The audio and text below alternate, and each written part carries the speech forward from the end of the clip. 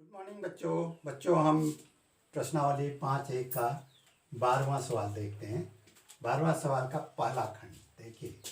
पहला खंड क्या है, ये दो क्रॉस किए हैं लाइनें, दो सरल रेखाएं हैं, ये 55 डिग्री का कोण है और हमको ज्ञात करना है ये एक्स। ये दोनों रेखाएं एक दूसरे को काट रही हैं तो ये शीर्षाभिमुख कोण हुए। शीर्षाभिमुख कोण बराबर होते हैं तो ये हो गया आप हमारा 55 डिग्री, बहुत ही आसान। और अब देखते हैं, ये है y और ये है z, इन दोनों को ज्ञात करना है। अब ये हमारी सरल रेखा है, इधर देखते हैं, ये हमारी सरल रेखा है, सरल रेखा है ये वाली, और ये है 55 डिग्री हमारा ये है, तो ये 55 डिग्री धन, अगर z जोड़ देते हैं ये वो बन जाता है हमारा 180 अंश। क्यों, ये एक सरल रेखा बना रहे हैं, एक सरल रेखा ये है, एक सरल रेखा ये है। अब इससे हम अगर हम दोनों पक्षों में ऋण 55 जोड़ देंगे तो z का मान आ जाएगा हमारा। देखो यहाँ ऋण 55 मैंने इधर जोड़ दिया, ये धन 55 था तो ये हो गया 0। यहाँ भी ऋण 55 में इधर भी जोड़ दे रहा हूँ। अब ये हो गया हमारा 125 डिग्री,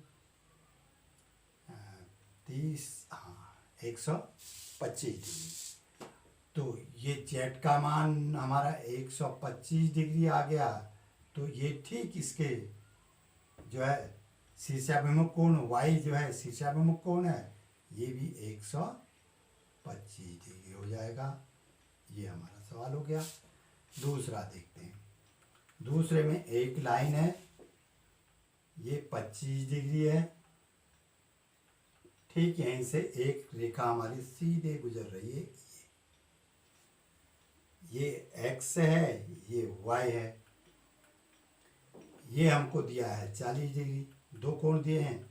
अब हमको x, y और z का मान ज्ञात करना है। पहले हम ऊपर वाली देखिए, ये हमारी सरल रेखा है, ये 40 डिग्री हो गया, ये 25 डिग्री हो गया। ये जितने x को जोड़ देंगे, इन तीनों को जोड़ेंगे तो इसका मान हमारा आ जाता है 180 डिग्री। कहने का मतलब 40 डिग्री, देखिए 40 डिग्री धन x डिग्री धन 25 डिग्री बराबर हो जाता है हमारा 180 डिग्री। अब इन दोनों को जोड़ दिया, कितना हो गया 65 डिग्री धन x डिग्री बराबर हो गया हमारा 180 डिग्री। दोनों तरफ हमने यहाँ पे दोनों तरफ यहाँ ऋण, अब समीकरण बन गया हमारा, समीकरण बन गया तो हम ऋण 65 इधर जोड़ देते हैं डिग्री, ये धन 65 आ गया डिग्री धन x हो गया बराबर हो गया 180 डिग्री, और ऋण 65 डिग्री हमने इधर जोड़ा है तो ये दोनों हो गए 0।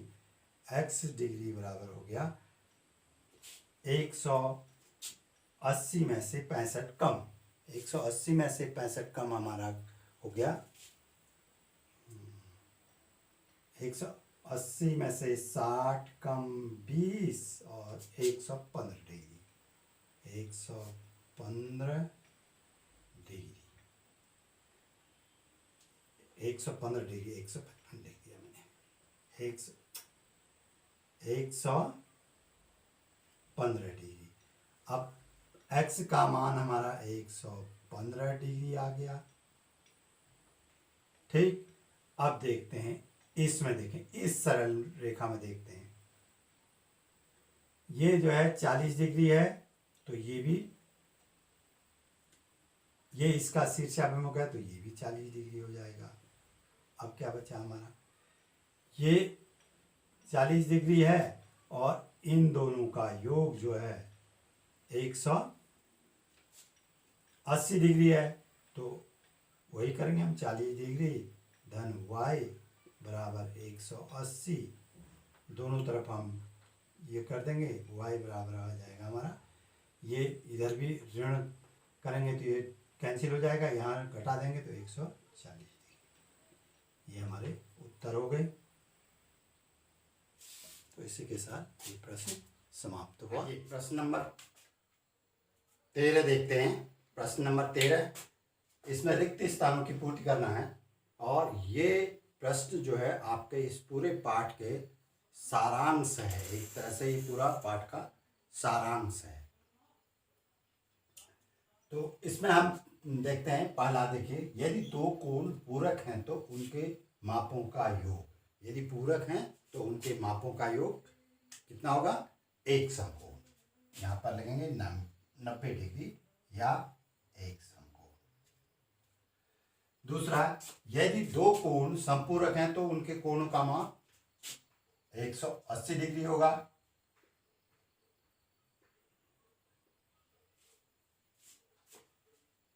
इसके लिए मैंने एक ट्रिक भी बताई थी आपको कि पूरक का प पहले आता है तो 90 और संपूरक का 100 बाद में आता है तो 180। इस तरह से भी आप इसका वो अपना एक लिंक बना सकते हैं कि मतलब अपने याद करने का तरीका। रैखिक युग्म बनाने वाले दो कोण, रैखिक युग्म बनाने वाले दो कोण जो हैं, जो रैखिक युग्म बनाएंगे, अगर ये है, ये रैखिक युग्म बना रहे हैं तो दो कोण क्या होंगे, संपूरक होंगे।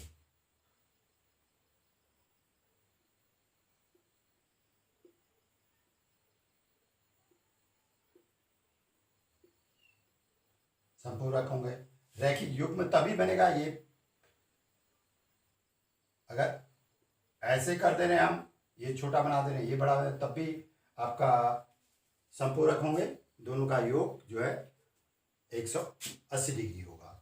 तीसरा है, यदि दो आसन्न कोण संपूरक हैं, यदि दो आसन्न कोण, अब ये आसन्न कोण मैं थोड़ी देर के लिए इसको ऐसे कर दे रहा हूं, ये बना दिया।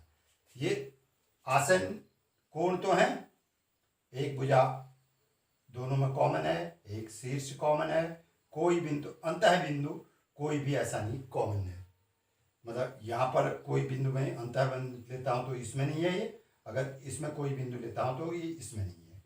कोई भी अंतः बिंदु जो है दोनों में उभयनिष्ठ नहीं होना चाहिए, मतलब दोनों में शामिल नहीं होनी चाहिए।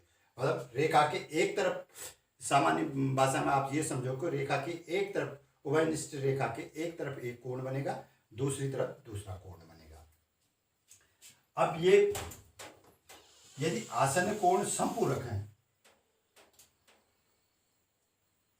आसन्न कोण संपूरक हैं तो निश्चित है कि ये एक रैखिक युग्म संपूरक माने 180 तभी होगा जब इनकी दिशा एकदम से दूसरी हो जाएगी।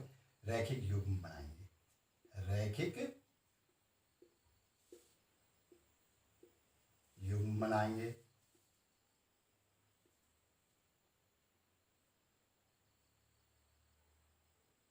रैखिक युग्म है, ये दिखाई नहीं समझ रहा तो, नहीं समझ में आ रहा तो ये रैखिक युग्म है। यदि दो रेखाएं एक बिंदु पर प्रतिच्छेद करती हैं तो शीर्षाभिमुख कोण हमेशा होते हैं, डॉट डॉट होते हैं, समान होते हैं। जब हमने शीर्षाभिमुख कोण के बारे में बताया था, समान होते हैं, दोनों समान होंगे। एक ये एक ये है, देखिए ये कोण इस कोण के बराबर होगा, ये कोण इस कोण के बराबर होगा, तो इसमें आ गया समान होते हैं। यदि दो रेखाएं एक दूसरे को किसी बिंदु पर प्रतिच्छेद करती हैं, एक दूसरे को काटती हैं, शीर्षाभिमुख कोणों का युग्म, यदि एक युग्म न्यून कोण हो, यदि एक युग्म न्यून कोण हो तो हम देखते हैं, देखो यदि एक युग्म न्यून कोण है, ये काटा ये काटा, ये दोनों, ये और ये जो हमारा न्यून कोण है, तो दूसरा युग्म स्वतः ही अधिक कोण होगा, क्योंकि इन चारों कोणों का योग भी 360 होगा, क्योंकि एक बिंदु पर बनने वाले कोण हैं। तो एक एक अगर न्यून कोण हो, एक युग्म न्यून कोण होगा तो मतलब दोनों का योग भी, आपका न्यून कोण है तो आपका 180 से कम होगा, तो दोनों का योग भी 180 से अधिक होगा, मतलब अधिक कोण ही होगा। यहां पर अधिक,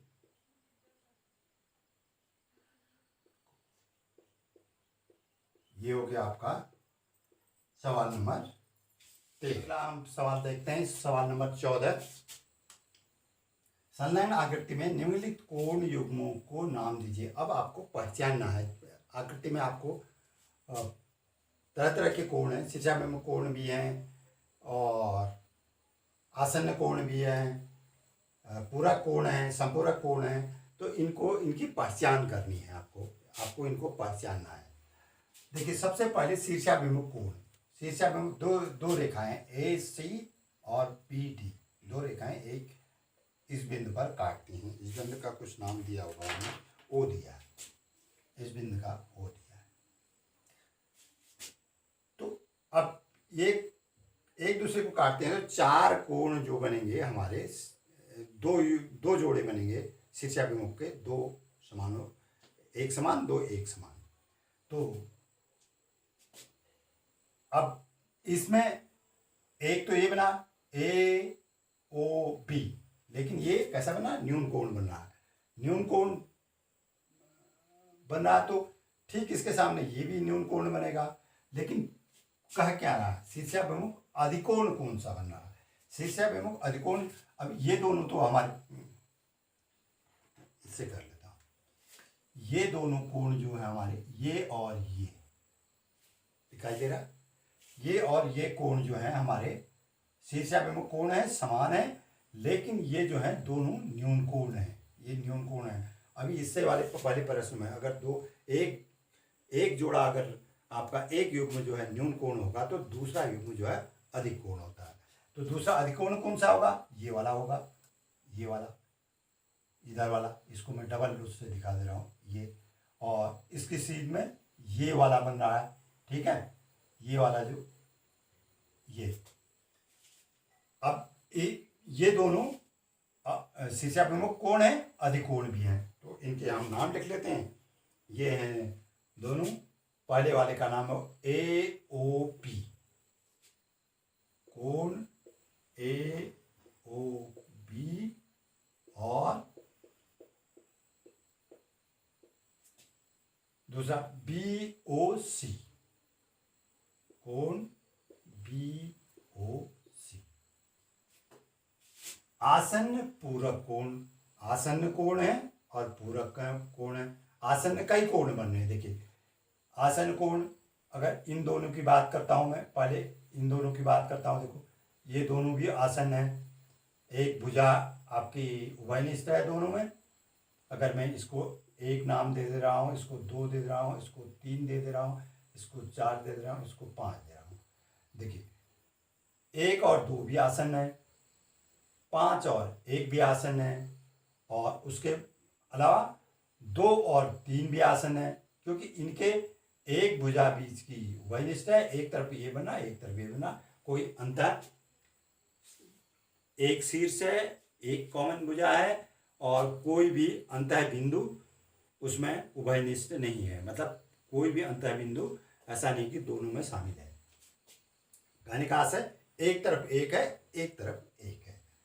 तो अब इसमें कह रहा है कि आसन्न है, अब आसन्न कितने हो गए हमारे, बहुत सारे हो गए, 1 और 2 हो गए, 2 और 3 हो गए, 3 और 4 हो गए, 4 और 5 हो गए, ये सब आसन्न है।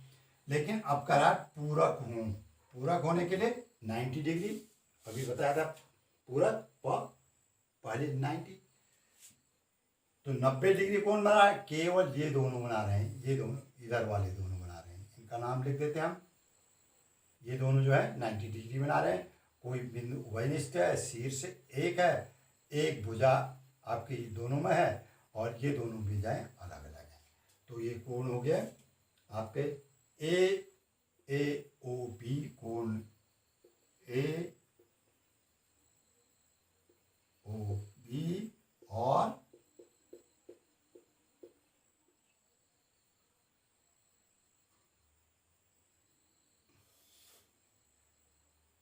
ए और ए ओ ई, कोण ए ओ ई। आसन्न भी है, पूरक भी है। 90 डिग्री का कोण बना रहे हैं दोनों, जो दोनों अगर जोड़ देंगे तो 90 डिग्री का कोण बना रहे हैं, और आसन्न भी है। समान समान संपूरक कोण, यहाँ डबल समान हो गया, समान संपूरक कोण। और समान है और संपूरक है। समान और संपूरक, ये 90 डिग्री है तो देखो ये 90 डिग्री है और ये भी 90 डिग्री है, तो ये दोनों कोण क्या हो जाएंगे आपके, समान भी है। इसको देख लेते हैं तीसरा समान संपूरक। संपूरक भी है। संपूरक इसलिए है कि दोनों का योग 180 डिग्री हो रहा है और समान है, दोनों बराबर है, 90 डिग्री के हैं। ये भी 90 डिग्री का है और ये भी 90 डिग्री का है, तो समान भी हो गए और संपूरक भी हो गए। इनका बी कोण क्या हो गया, कोण बी ओ ई। ये ध्यान रखेंगे हमेशा, इधर से भी पढ़ सकते हैं, लेकिन ये रहेगा कि आपकी ये एक भुजा इधर वाली, एक भुजा इधर वाली, बीच में रहेगा। जो भी जिस बिंदु पर हमारे कोण बन रहे हैं वो हमेशा बीच में रहेगा। और दूसरा है ई ओ बी, कोण ई ओ बी। ये दोनों हमारे समान भी है, संपूरक भी है। असमान संपूरक और असमान, ये दोनों तो समान हो गए, असमान संपूरक कौन है। देखिए अगर हम यहाँ नीचे देखते हैं, पहले इधर देखते हैं, एक कोण देखो, एक कोण यहाँ से यहाँ तक है और एक कोण यहाँ तक